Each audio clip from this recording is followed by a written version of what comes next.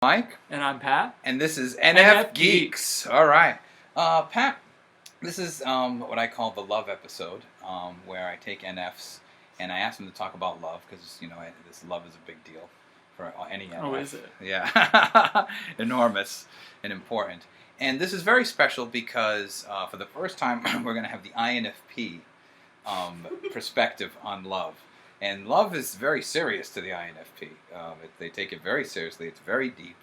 A lot of pain is connected to this, with INFP. So it's very serious. So it's very important that you're on, so that the other INFPs can hear about how this affects you. So why don't we just begin? When I say the word love, what automatically comes to your mind?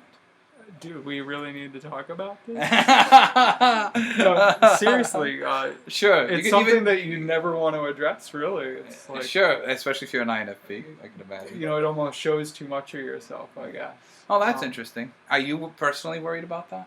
What do you mean? Are you personally worried about something showing too much of yourself, even now that we're talking about it? Yeah, well, you never get to show your true self. All right. Well, it's just far too revealing. For an INFP. Then people get you pegged. Yeah, that's right. They get your number. You wouldn't want that.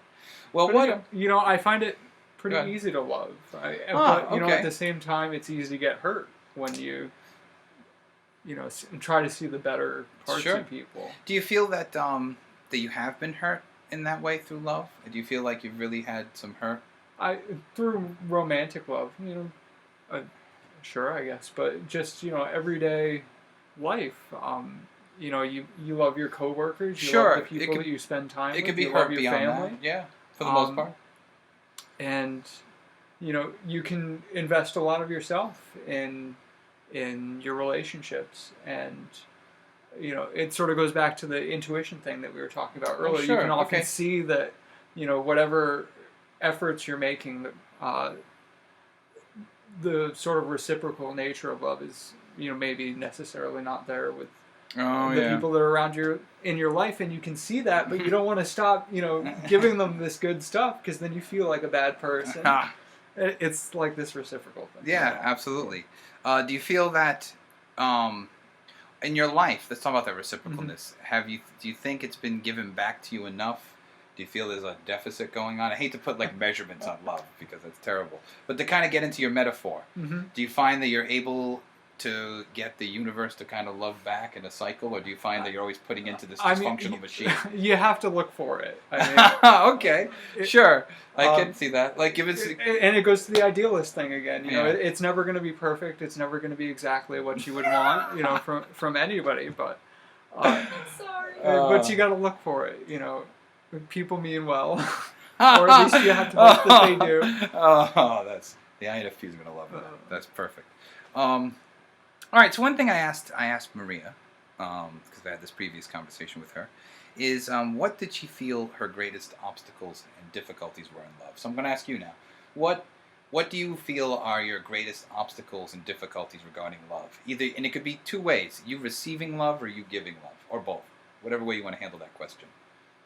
I think it goes back to my, initial comment of, just bringing it up at all.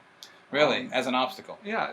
I mean, it's a tender subject to begin with. And sure. It's, as somebody that puts themselves in somebody else's shoes, you sort of hope that other people can do that as well. I know it doesn't pan out. Oh, not for the INFP. So it's something that you tend to not address in your everyday life. It's just that's so tough for you guys. You assume that people acknowledge the things that you're feeling, even though you never say them. So yeah, no, yep, yeah. And then when you get hurt, oh yeah, it's terrible. Oh yeah. Oh, poor INFPs. That's tough. I know because nobody gets it. No, that's something that's funny. You should say that. A common INFP. I don't want to say complaint because it sounds like it's not right. But the problem that they express is that on the inside, really, when I get down to it, nobody really understands me. They understand some things because some things are bubbling up, but really on the inside, I'm the only one getting it. Does that resonate with you? Yeah, certainly. The world is strange. It does not operate according to whatever scheme I would have set up. Oh. All right. Well, how does that? What kind of scheme would you set up regarding love or your own understanding of love, if you could, construct it? It's freely given as it's deserved, I guess. Oh. All you need is love. So Hopefully, All right. What do you think then are your greatest strengths and abilities in love? Where do you find that you don't have obstacles and you're really kind of making it groove? Oh, poor Pat. Come on, I feel. Come on, INFPs are good. I know there's good in there. I've experienced it sometimes.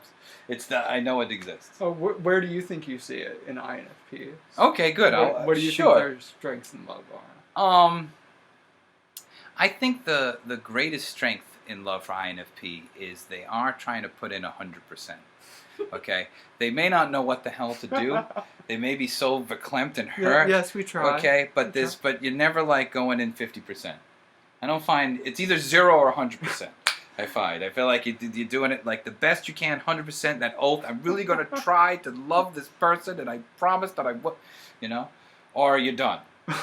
You're sort of it's completely done. Yeah, there's just no hope. Yeah. The idealism has been crushed completely. Okay. Does that seem? That's one I steal. Can sort of relate the, to the, that. yeah, the 100%. That would be one way of showing love. I also think INFPs have a. I don't know if this is true about you, Pat, because we don't have this type of relationship. But INFPs have a romantic side, maybe not necessarily producing it, but appreciating it. There's an at least the women who are INFPs. I can say yes. Really? Maria's going to jump in. That INFP has an appreciation of romance. Oh my God. You don't think so? Can you sort of elaborate on that? Sure. That an INFP may not necessarily think to go to bring somebody to a sunset and read poetry, read Rumi, like a good NF. But if someone did that with you, you would be really happy that they took the time, and you would really appreciate it, and you would feel the love, and you'd be rolling with it. Yeah, I can see that that's somebody's way of expressing that they want to be with you. Yes, exactly. Okay, now this is relevant. Not every type would be like that. Some would be like, why are we at this sunset? It's hot. There's sand in my shoes. We're wasting time. You're going to read me that stupid thing? I don't even know what you're talking about. You know what I mean? Not everybody would have that reaction. So where do you think you direct... Oh, no, I'm going to hold off on that question for a minute and go back in time.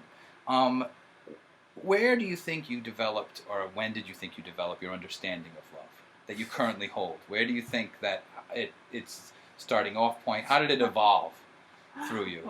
That would imply that I understand. Okay. Then let's take that word out. Okay. How did your expression of love find its beginnings? How was it molded? Probably when I was a little kid, I guess. Sure. Anything specific, or anything comes to mind, like just a way of seeing the world, or an event, or anything like that? Yeah, I just remember, from a fairly young age, when you're happy and you're joyful, you show it, I guess. And yeah, INFPs do have enthusiasm when they're happy. There is an enthusiasm that, of course, gets burned. Right? Yeah. Gets completely shot down in a ball of fire. Right? But it was good while it lasted. Yeah, that whole minute. Yep. That you would take it off. Like that. All right, so then let me ask the other question I was going to ask, which is, if I can remember it.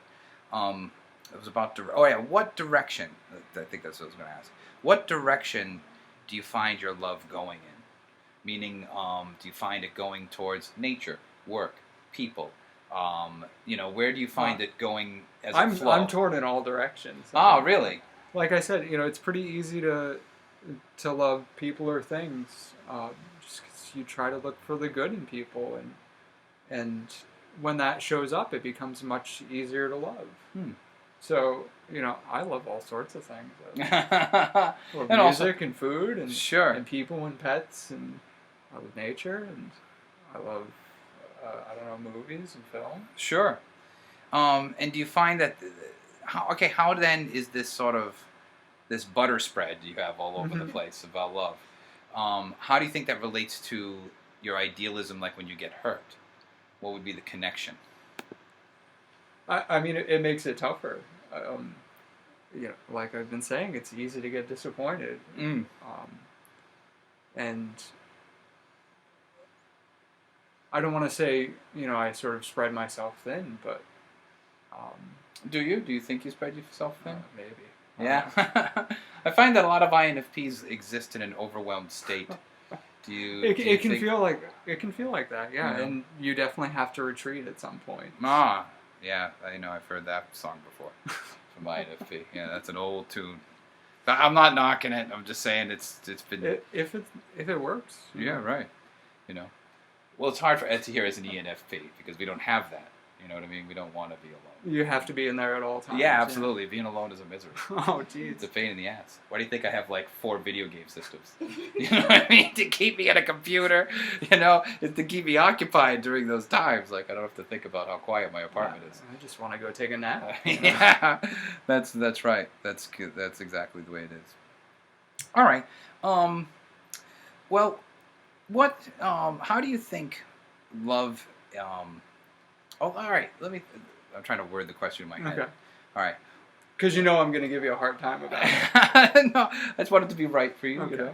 Well, all right. Well, I'll say this: all INFPs have like oppositional defiant disorder of some kind, to one degree or another. I've never met an INFP who wasn't like fighting some kind of rebellion. Okay. Okay. So. Well, it's just not right yet. Yeah. Exactly. Exactly. All right. How do you think your expression of love or feelings of love or whatever way love affects you is related to being male, and you specifically being male? Because one of the problems males have, and I have it too, is that we're sort of seen as more sensitive than the other males, and we end up having a different experience that the other males don't get, to a certain degree. Well, to a huge degree, to be honest. So how does your gender and sort of being a sensitive male, and that's a compliment on Nfgeeks at least. Cool. How do these things go together for you, or what is your experience of being a male and having sort of these experiences of love? Well, it depends on who you're interacting with. Okay. I have a former male coworker who I really loved. He was a great guy, but he was this old grizzled dude who, would never, say to somebody, let alone his male coworker, "I love you." Right. But so you sort of have to tone back that level of sensitivity when you're hanging out with somebody like that. Yes. Do you find that interferes with your authenticity at all? I mean, you personally, out in the world, you have to play different roles. If I showed up to my job every day being the genuine person I am, I might not last there very long. So that's too bad. In all sorts of relationships, you're wearing different hats. You're showing different faces, and it's sort of to show people what they want to see. You want to make people happy, right? Maybe that's part of the do-gooder aspect of who I am. Sure. Actually, that brought up another idea now. I'm going to try to keep it around love, hopefully get it back. But I find that a lot of INFPs have some shame fears of maybe group or people feeling not being happy with you, looking down on you, as opposed to a guilt. You're not necessarily feeling that you're doing something that's hurting someone. But I think if the community or the group or people are looking down on you, that's particularly painful. So first of all, does that experience seem to connect with you? I think that may sort of relate to what you were saying earlier about sort of not feeling like you fit in anywhere. Did you have that experience? From the group. I mean, when you're a group, you're expected to homogenize. You're supposed to work as a cohesive unit. Yes. Sort of my experience is, well, I don't necessarily feel the way the rest of the group feels. But you sort of go with the flow. Are you worried when the group is verbally, outwardly criticizing directly? I mean, it's fairly rare these days that well, that's anybody good. has the balls to do that to you, but Yeah, that would be a nerve-wracking situation. All right. Any last thing you want to say about love, Pat? I'm